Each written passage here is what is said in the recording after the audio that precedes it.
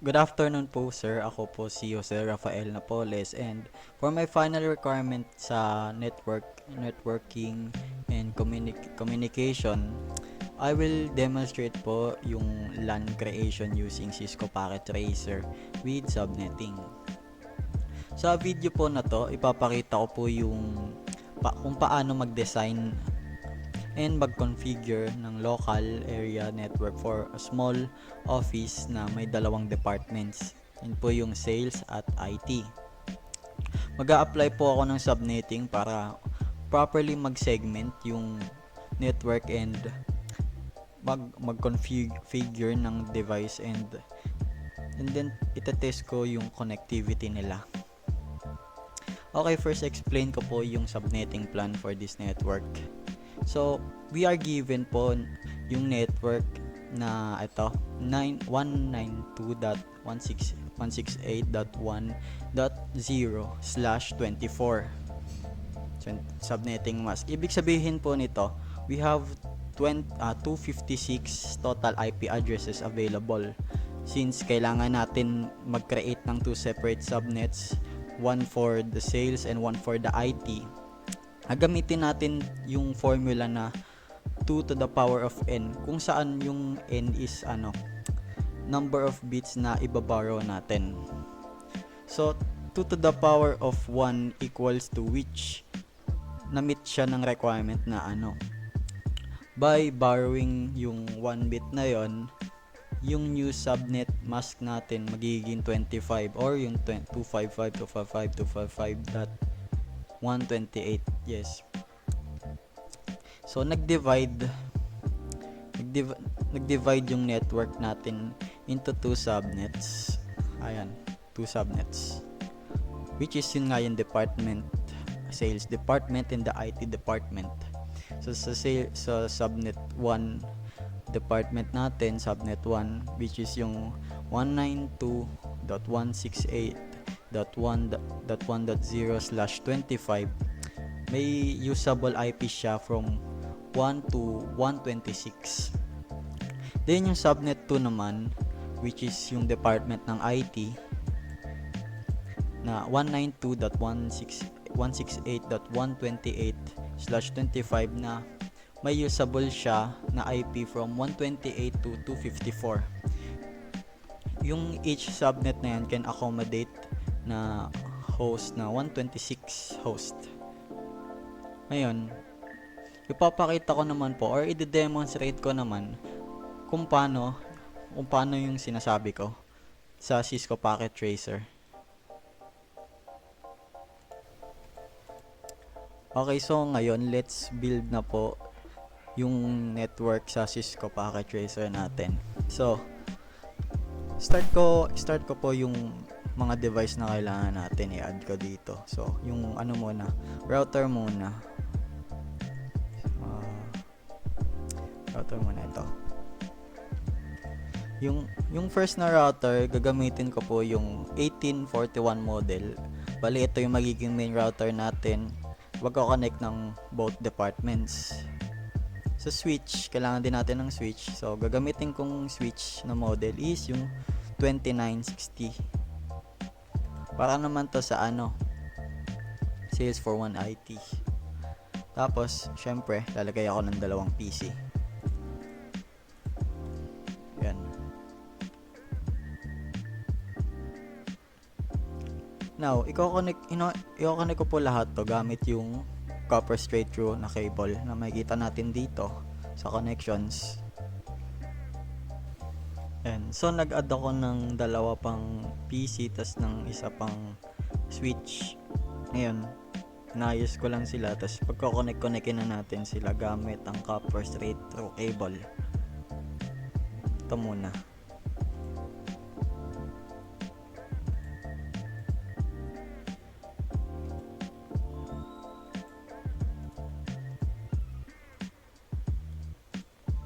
Then dito pa.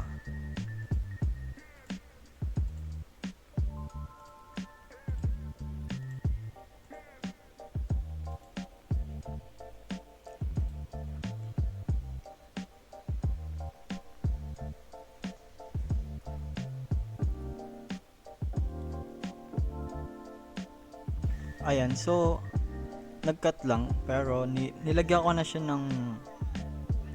ng connection dito gamit ang yung copper straight through cable. Kinonnect ko siya sa switch 1 to sa switch 2 natin. Kumbaga, ito yung sales saka yung ano natin by department kasi ito eh.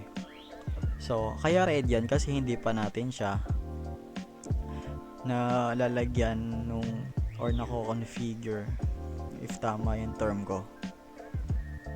So, double click natin yan. Punta tayong CLI.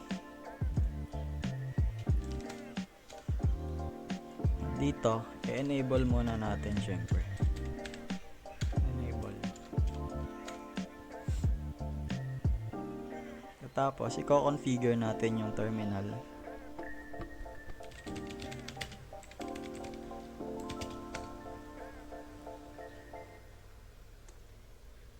Tapos, syempre, ilalagay natin dito kung ano yung ginamit natin.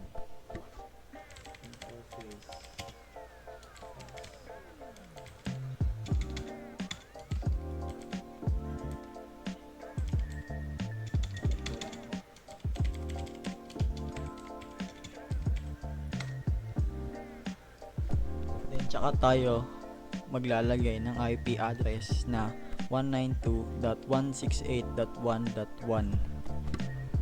IP address 192.168. Then yung 255. Then no shutdown.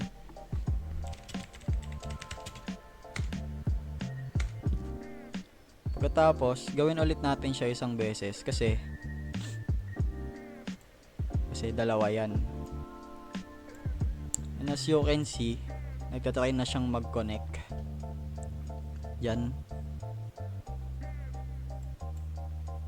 Connecting na yan as kapag ayan. See? Ngayon, since tapos na to, itong baba naman ang gagamitin natin para maging gray na din to. So, asan na ba? Dito ulit. Ayan. Punta ulit tayo dito. Enter. Then, diba? Ganun ulit. Susulat lang ulit natin. Ta-type.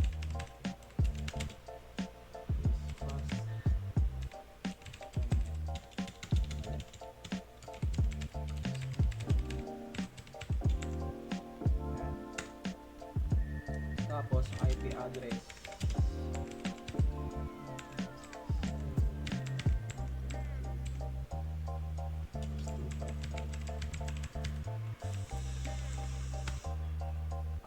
kulang tayo ng D.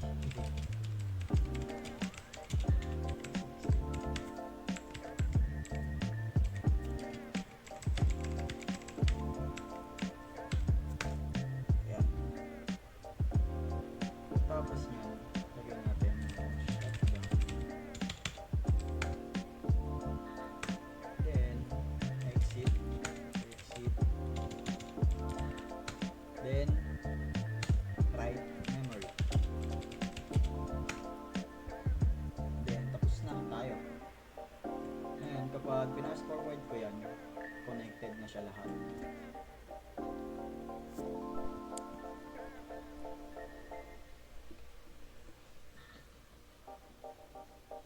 So, ang next nating gagawin is maglalagay tayo ng IP address dito sa bawat PC na to. So, unahin natin yung PC 1. Ito, lalagay ko dito 192.168.1. Sa submask, ito yung 128. Tapos, dito 192.168.1.1. Ayan. Tapos na tayo dito. X na natin. Dito naman tayo sa PC2. Ayan. May nilagay ko na pala yung dito kanina. Pero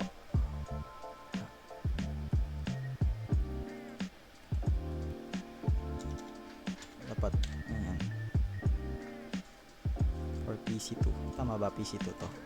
Yes, PC2. Then, ito same lang kasi same department lang naman. Pati dito.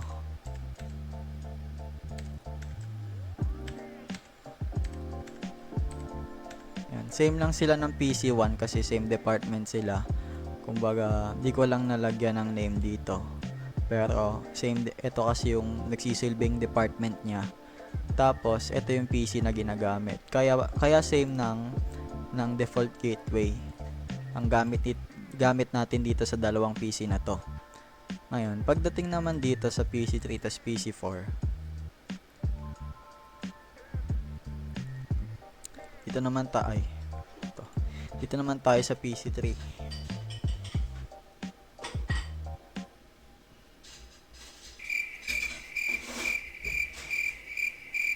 PC3. Yan, dito naman tayo sa PC3. Ilalagay natin dito 192.168 1.1.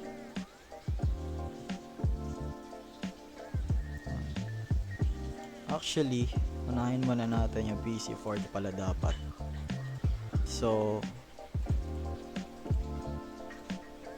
sa PC4 dapat 192.168.1.130. Then, dito, same pa rin naman.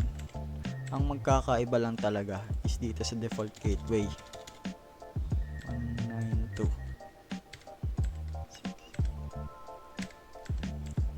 Ayan. Kulang ako ng 1 dito. Yan, bakit nag-iba to? Kasi ibang department na to. Kumbaga, sabi ko nga kanina, ito yung nagsisilbing department. So, ayun, kaya magkaiba sila. Then PC3 naman. Sa PC3, ganun lang din naman. Lalagay tayo ng IP address dito. 192.168.1.131. Then same lang din dito sa default gateway kasi same lang naman sila ng department. 129. Ayan. Then tapos na tayo dyan. Ayan, pupunta naman tayo sa testing nito. Tetest natin siya.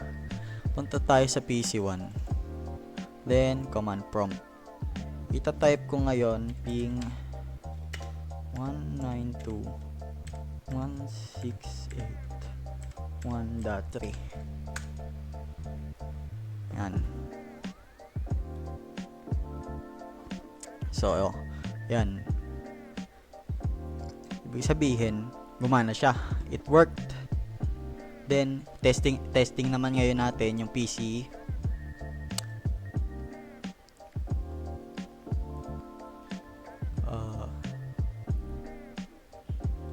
Yung ibang PC. Test naman natin yung ibang PC.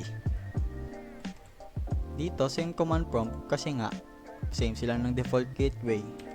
Same sila ng department. So, same lang sila ng same lang sila ng ilalagay dito. 1.3. Yan. Expected and tama. It worked. Try naman natin tong dalawa. PC4 muna tayo. Oy, ano yan? PC4 command prompt. So dito na may iba kasi ibang department na siya. Dito naman 192.168.1.130. Let's see. At ayun, gumana siya. So, same lang din naman sa pinaka-last na PC natin, which is yung PC3. Check lang natin. Check lang natin. Oh, dito. Yan. Same lang siya. Ping 192 168 168.1.130. And yan, gumana siya. So ayun lang po ang aking demonstration sa sa subject po na to. Thank you po, sir.